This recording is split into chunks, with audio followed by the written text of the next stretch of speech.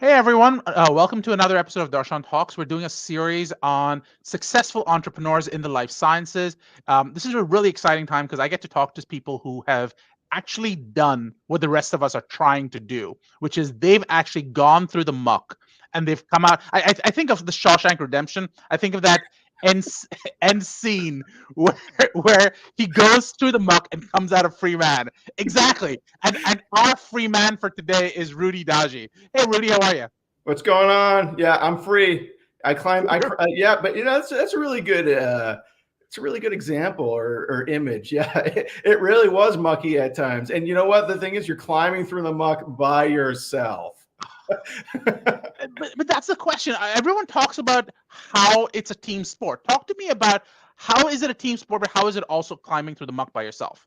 Well, I mean, you have a team around you, right? But you have to be the fearless leader, right? So and you can't call your competition and complain about staffing issues or complain about like that you're doing 3 hours one way for deliveries, right? And then you can't go to your people that are on your team and be like, hey man, I don't know if we're going to make money this year, like Right. this is really tough, like the DEA is crawling up our ass, like whatever it is. Yeah. So I think that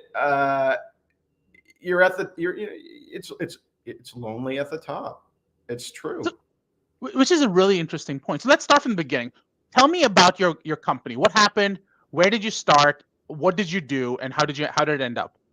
Yeah, so I mean, I did the traditional. Well, I take that back. I didn't do the traditional route. I went into industry. I did a fellowship. I was just one of the first people to in the Rutgers fellowship program back when industry was just starting to accept pharmacists and seeing that we had a place in there. It was like otherwise it was just either retail or hospital. So You aren't that old. That's not true. Industry's accepted pharmacists for way longer than that. You're about my age. They were accepting pharmacists before that. Come on.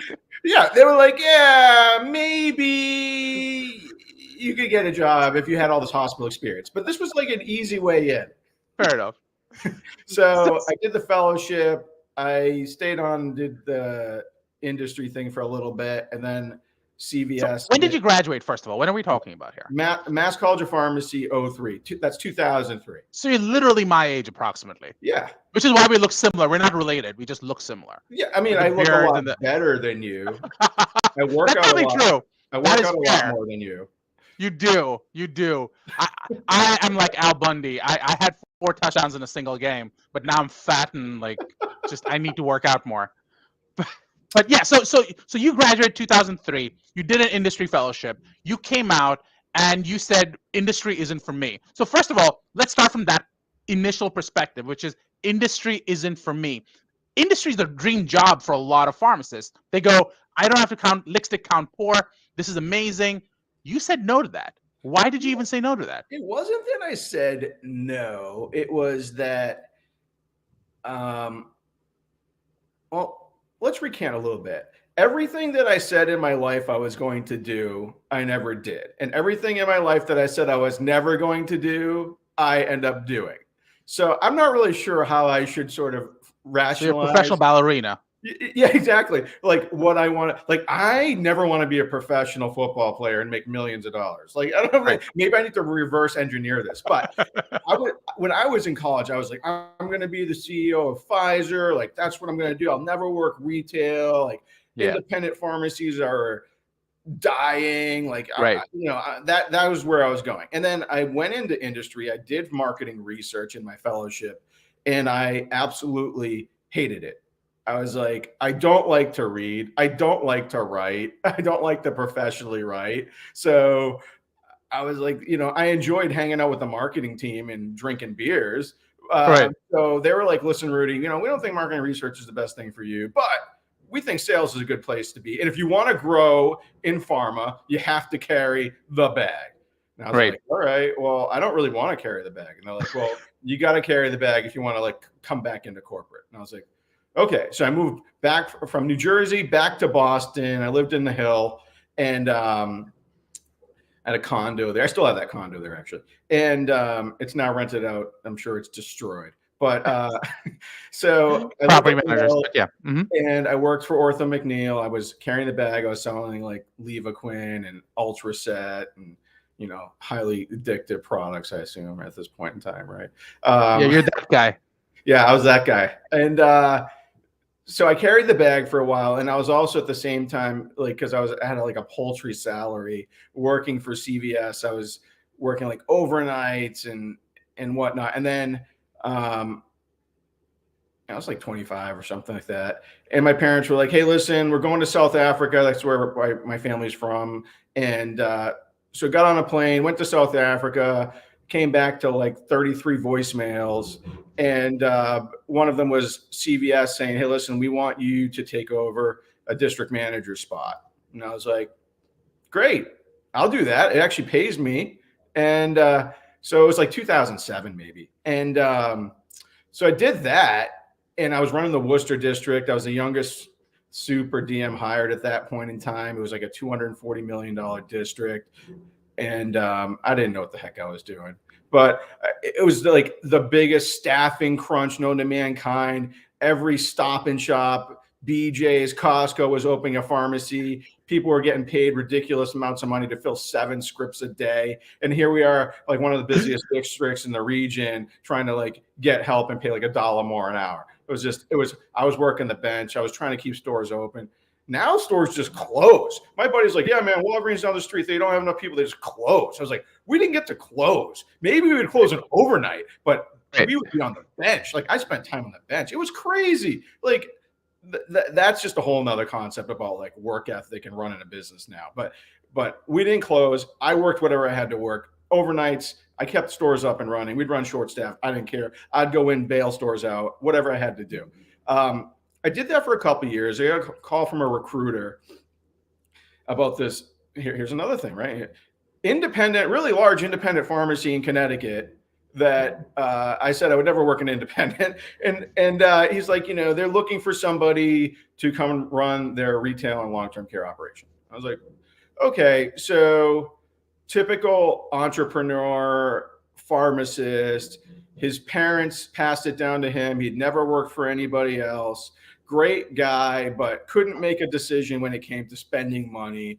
I interviewed. It took 8 months for him to finally decide that he was going to pull the trigger and hire me. And at that point, like the recruiter had to, is like actually one of my best friends now, had to like beg me. He's like, "Listen, he is ready to hire you. This is the salary. Like, just go one more time. Like, I'm telling you, not going to waste your time." Like, so he was, and it was like, "Okay, yeah, but I want you to work 7 days a week." And I was like, "Okay." So I went down there. I moved to Connecticut. I started working for him. It was the first week. I was like, at the end of the week, I was like, "Yeah, I don't know if I want to do this." Like he had never had somebody come in from the outside. So it was a really good learning experience for him and I. I really got to understand what it takes to run a business without having all this corporate overhead and reports, right? Like the reports that just showed up on your desk at CVS, you had to now think about and think through every single penny and make sure that you're running that business professionally. Because QS1 doesn't just hand out a bunch of reports that says, "Here you go, have a great day. I hope your business runs well," right? It's catered to every single person's business. Right. Your own reports, everything else. So I really learned a lot about running a business and the purchasing function and revenue and operations from that independent experience. How long did you do that? I want to say I was there through a change in ownership too. He sold the business. That's a different story, out from under me. But he sold the business after we had a deal, and I saved his business too, and then he sold it. But I'm way better for it. It's everything sort of happens for a reason. But maybe like 5 years. Okay. Yeah. And so then, about 2011 or so, plus or minus. Yeah, I bought my business in 2012. So yeah, so 2007 to like 2012. But here's the question: that means that you did this through the 2008 sort of recession. Yes. Okay. So for a lot of people who are scared about the recession that might come after COVID, and people who are scared about what are the opportunities that are afraid of taking that next leap, you're saying no, it actually is a learning opportunity. and you learned during there's this no experience. bad opportunities. You just have to find the right niche. And look, we're in healthcare. Nobody wants to die. So there's always going to be plenty of business. Right. You know? Just like real estate's a great place. Everybody needs a place to live and work. Right. You know? Right. I think if you think about those things, it just makes sense. I sort of try to common sense think about things, right? You're a lawyer. People are always going to need you. There's people getting sued all the time. People don't argue. It's very normal. It's hard for me to get a job because people don't like arguing. So it's rough for me. Well, But I guess welcome to your I'm, match. I'm Welcome to your match. So then I got married while I was in Connecticut, and my wife, who's now my ex-wife. So this is during this job you got married. Yeah. Okay. And my wife was like, who's now my ex-wife, great person. Yeah. Sure. Was like, hey, listen, you're running this business. You've sort of watched, you built it. You watched what you built, you saved the business, and then you watched Larry sell the business. And now you're working for some other people and you're building their business. Like, it's time for you to just do this for yourself. So talk to me about her. How important was her role in this movement? It sounds like she was the germination. She was the idea person, but was she also the money? Was she also a pharmacist? Like how did that step happen?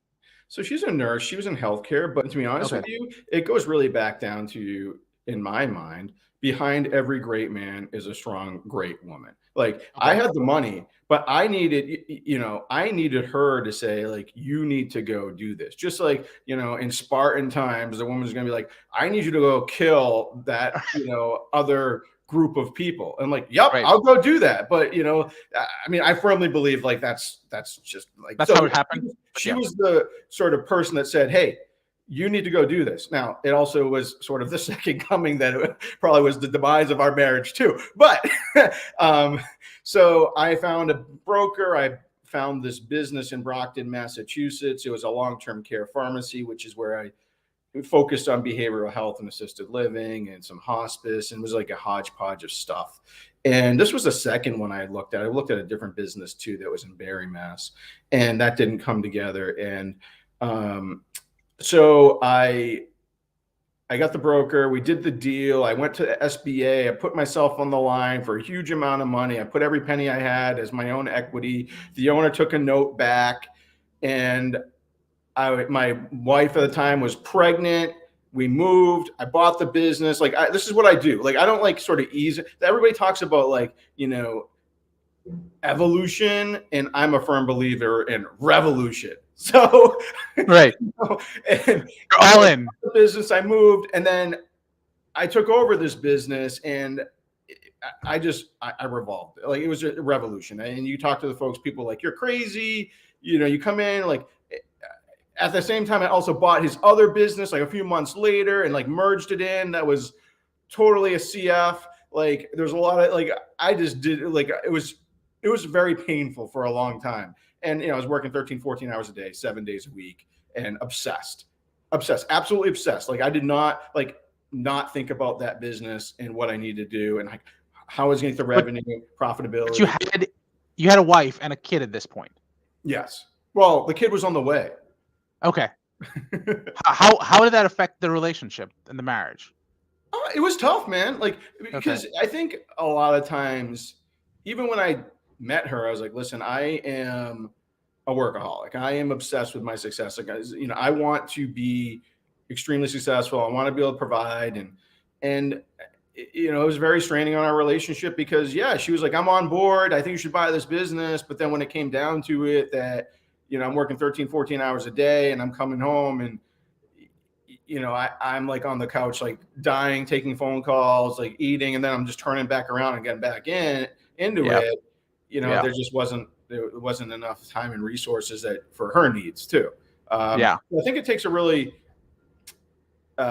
unique person to be in that space and comfortable within their own selves and shoes, and not, to realize that we're doing something for the greater good, or to sort of appreciate their partner's dreams, on both sides. I think absolutely. Men. But the reason I asked that question is, I was watching this episode of Shark Tank, and Kevin O'Leary was talking to someone, and I can't remember if it was Shark Tank or one of the other videos or whatever. The idea was someone said, "I have this really successful business that I'm Yeah, I developing in my saw dorm this. room," I know what you're talking about. and the It's guy like get a new girlfriend, man, because you're not gonna have exactly. this. And I mean, look, I think I won't opine on that. Well, so that's my question. I guess my question was not so much get a new girlfriend, but how big do you think being successful is going to impact your personal relationships, and you need to develop those personal relationships, keeping that in mind that the partner you choose needs to recognize who you are, because otherwise it's just a bad fit. And it's not saying ill about the partner or yourself, it's just the facts of the situation. I think that it's important to be who you are, and I think it's important that they know what your goals are and your dreams, and that they be supportive of that. But I think the unfortunate or the fortunate thing about it is that we never know what the alternate ending would have been, right? So like we could say like, oh, well, maybe she wasn't the right choice. Well, maybe she was the right choice, because I probably wouldn't have bought the business if it wasn't for her. Or maybe it's really hard to determine what the alternate ending would have been. So I think that you can do as much diligence as possible, but she also told me that she loves doing laundry when we first started dating, right? But she hates doing laundry. So, but you always put your best foot forward. So I'm laughing because of, yes, putting your best foot forward. I also just got messaged by a friend of mine saying stop playing with my beard, so I need to stop doing that simultaneously as well. Apparently, I'm doing a lot of that. But I'm not playing with my beard, I hope. No, you're fine. You're fine. Right. Apparently, I'm the problem here. Okay. So now you are in a situation where your wife is telling you to start a business. You are jumping into this situation, and now what happens? So talk to me about how you chose the business, how you decided that's the direction you wanted to go. You basically turned away from a fellowship. You turned away from working in sales. You turned away from a potentially lucrative career in pharma to have a even more lucrative, well, I'm not even sure you want to call it a career, because sort of entrepreneurship in retail, which everyone says is the last place you should be. So talk to me about how you made the pivot during the worst time, everyone says, to become a retail pharmacist. Well, I wasn't in retail. Let's keep in mind I focused on long-term care. Long-term care Okay. at that point in time, and when I talk about long-term care, I was behavioral health, so group homes, and a space that people really weren't doing very well. And I was making very, very good money, back then. So it was a big leap, like making like good money today standards. I was like, wow. So I had to make that choice and give that up. But I didn't want to keep doing what I was doing, just keep grinding for somebody else and seeing like how much they're making. And then it was always about like, there were sort of agreements about things that weren't being held up. And, it's just sort of mom and pop stuff. So I was like, I'm out. And so I bought this long-term care pharmacy that focused, it didn't really have a focus. It was just like this hodgepodge of stuff. But why long-term care? Because I mean, it sounds like it's a pivot from what you were doing. Because you were running it independent. I was in it. But you didn't know you were at that point. No, Isn't that a big leap? When I was in Connecticut, they had a retail and a long-term care, and I ended up taking over that long-term care after somebody exited, and I saved that business. They were lost all of their customer base, and I went out and saved that customer base and built that, and then he sold it from under me, and then you weren't a majority owner. I was a no owner. You were a no owner, so you saved the business. You just had no equity in it at all. I mean, there was a deal that was supposed to be done, but it didn't happen, which is fine. Got it. Yep. So I, after doing that for a while, said, "Listen, I already know what I know, and I know what I can do." So I bought this other business, and when I came to it, I just started running numbers. Right, I was like, okay, what the revenue is currently. How are they buying? Are they optimizing their customer base? I was like, okay, I can do all of these things better. So I just started doing math, and I was like, okay, I know that day one, if I go in and make these changes, I can make a lot more money, right? I was an absentee owner. I'm like, all right, if I work the bench, what does that take up? There was like more pharmacists than there were techs. It was more of a pharmacist-driven business than a tech-driven business. They had one wholesaler. At the time that I sold the business, we had 7 wholesalers, and I would shop that stuff every single. That was my job. I made that my job, right? For me, the things that were important were cost of goods and revenue. So those were my jobs, and operations. I'm just a really good operator. So, so I bought that business, and it was maybe doing 10 million in revenue, barely break even. It was just a money suck. No direction. I think the owner at one point in time was like, how many group homes do you have? And he's like, X, Y, and Z. He's like, they come and go. And I was like, what do you mean they come and go? I'm like, they don't come and go with me. I know exactly how many we have. And if somebody tries to transfer a script, like, that's the end of the world. We don't just say, oh, okay, no problem. Like, we find out what's going on. Very customer centric. And I think he had a couple other businesses, so it was just more like, pays the bills and whatnot. So I came in, whirlwind. They weren't doing like cycle fill. So I was like, we got to do this, we got to get everybody on cycle. People couldn't understand it. It was a very dramatic time for a lot of people.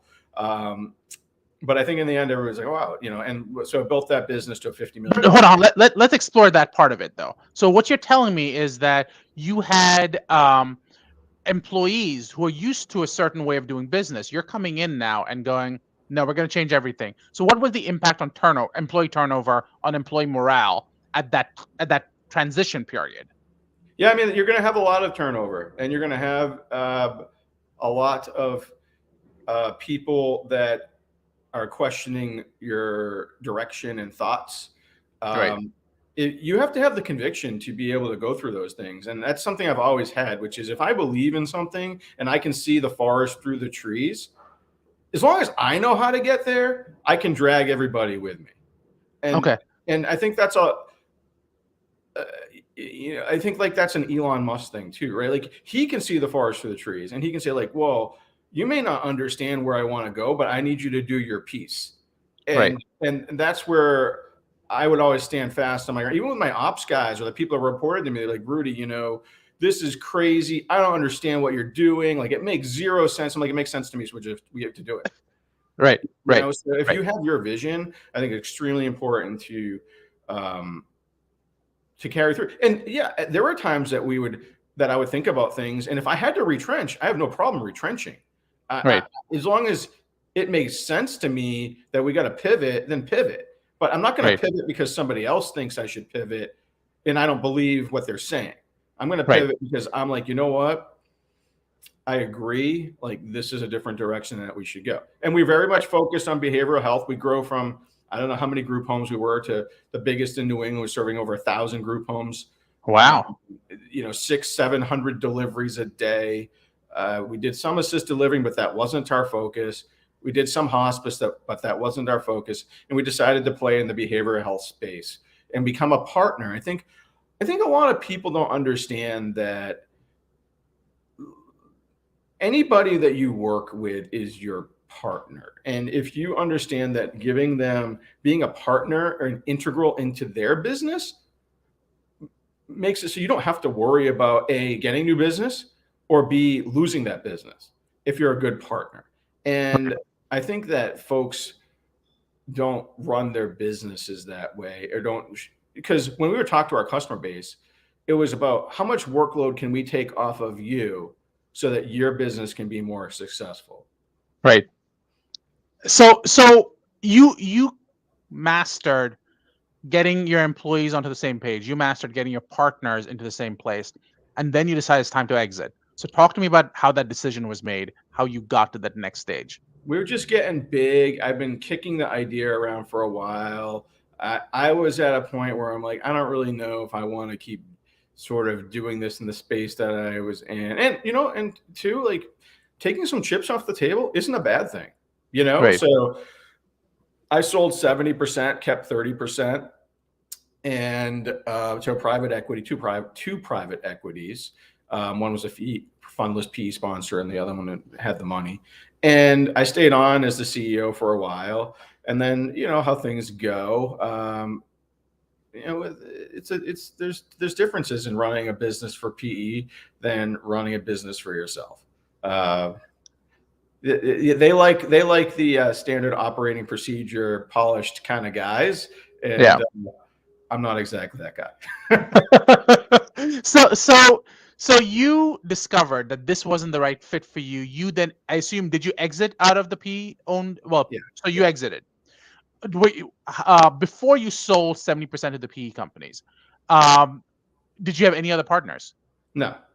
Okay, so your first partners were PE companies. So this was your first boss after 5 years or so, and technically not a boss, but partner. Yeah, like 6 years, but make no mistake, they're your boss. Okay. They're your boss. So they're your boss. You came out. So so you still held 30%. When did you give that up, or did you never? I still have it. You still have it. Yeah. So do you still do operations, or what's the story there? I'm not involved in the company anymore. Okay. Yeah. So from an investment standpoint, does that bother you that you have no control over your investment? No, I mean, when I went out, I was like, look, I'm worried about the first bite. If the second bite comes of the apple, great. But I'm worried about the first bite. Got it. Okay, so that's a unique way of thinking, right? Most people are going, I want all the money out the first time. You're going, I can get a steady stream of income out of this.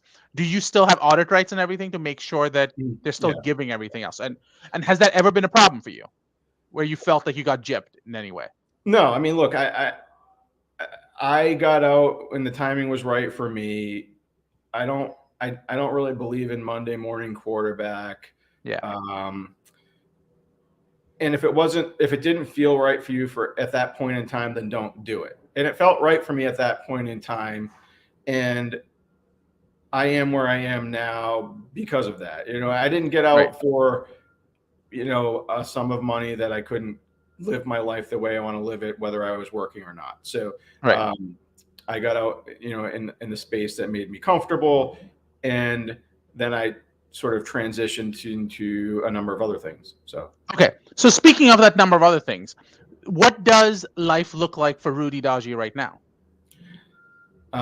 Life for Rudy Dajie right now is just sort of serial entrepreneurism. I'm involved in building out a pretty substantial real estate portfolio, commercial real estate, and angel investing in companies. I'm advising companies. I'm consulting for companies that want to be more successful. And I guess you can define success in any way you want to, shape or form. I try to define success by net income.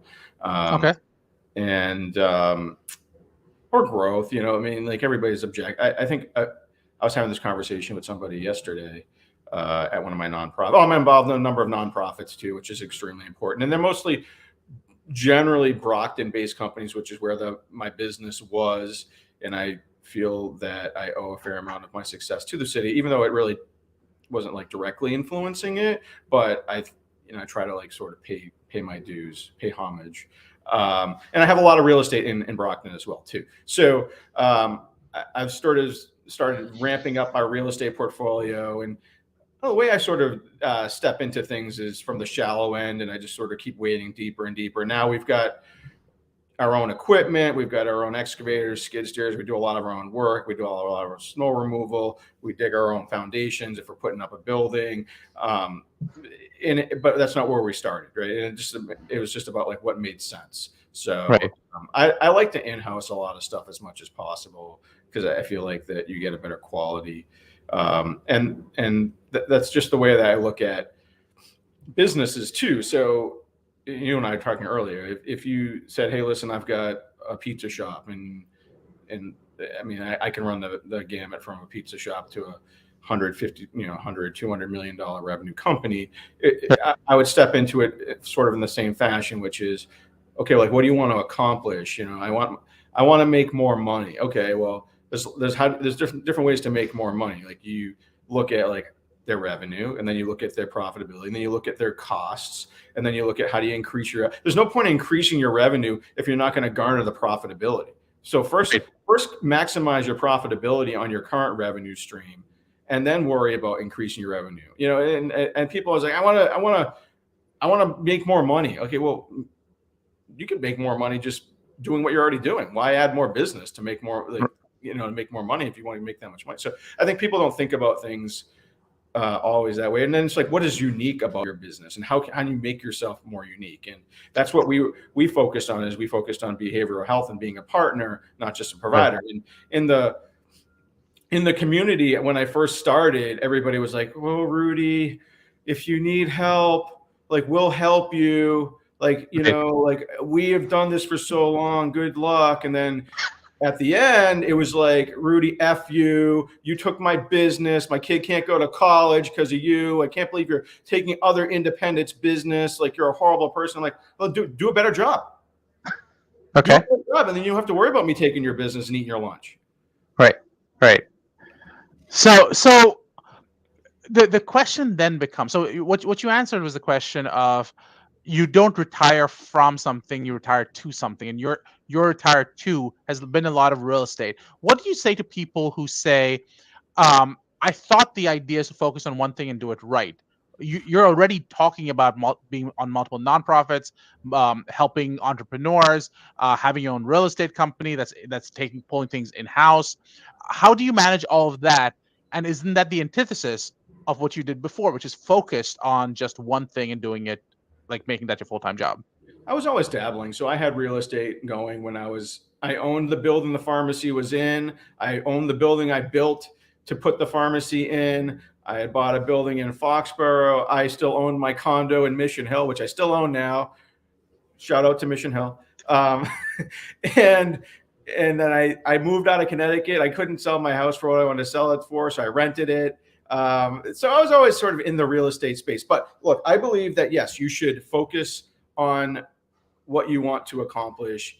But everybody has bandwidth. So for me, it doesn't fill my bandwidth every day. I mean, I have a substantial portfolio, but I've got folks in place that manage the day-to-day, and we collaborate and we discuss things that need to be, that they'll execute on that stuff. So real estate is considered a passive income, but I would say don't be passive about it, right? It's not passive. Right. So, but if you sort of put everything into play, you don't have to be doing it from 9 to 5. It's just not necessary. And I focus on commercial. So I don't have any interest in residential. It's kind of like some people like to do skilled nursing and some people like to do ALF, but they don't want to do one. They only want to do one or the other. Like, I don't want to do residential. I don't want to deal with where people live. I only want to deal with where people work. So I focus on that. And then nonprofits, they don't take up a ton of time. And if you're on the board, I mean, it's a board seat, really. You're giving direction. So, and then the business consulting, that's fun for me, and I don't take on more than I can put out. So, and I'm player coach. So, like, no white papers, none of that BS. It's like, get in the trenches with me and show me how to get there, because I can't stand that. Like, okay, I had somebody come in and they like left me all these documents. They said, like, this is what you need to do what you need to do to get back. Like, I already knew what I needed to do. I need somebody to help me do it. You know, that's like, it's like people go to Tony Robbins. They already know what they need to do. It's just they don't have the tenacity to give up the 9 to 5, step forward, burn the boat, and do it. Right? I mean, otherwise, how many people will go and see that guy and they would all of them would be successful entrepreneurs? Incredible. We can keep going, but we're well past time. Rudy, this was amazing. We're actually going to have you come on several other podcasts. So hopefully everyone will be seeing Rudy on a more routine basis. But this was amazing. Rudy, if people have questions, how can they reach you? Yeah, you guys can just reach out on my email address is D as in dog, A as in apple, J as in John, I as in ice cream, E as in elephant. So first initial, last name rudy.outlook.com. So just to be clear, I've asked Rudy that email address at least 4 times. So don't feel bad if you have to ask him again. He seems to be okay answering that question. But this was amazing, Rudy. Thank you again. Any parting words? No, I mean, hey, I really appreciate you taking the time to chat with me, and I hope that people take something away from it, which is you got to be brave and fearful at the same time. Just got to do your diligence and step forward and take the leap. You're never going to have 100% of the information, but if you got 60%, it's all you need. Just go for it. That's awesome. Well, can't wait to have you on again. Talk to you soon. All right. Thanks, man.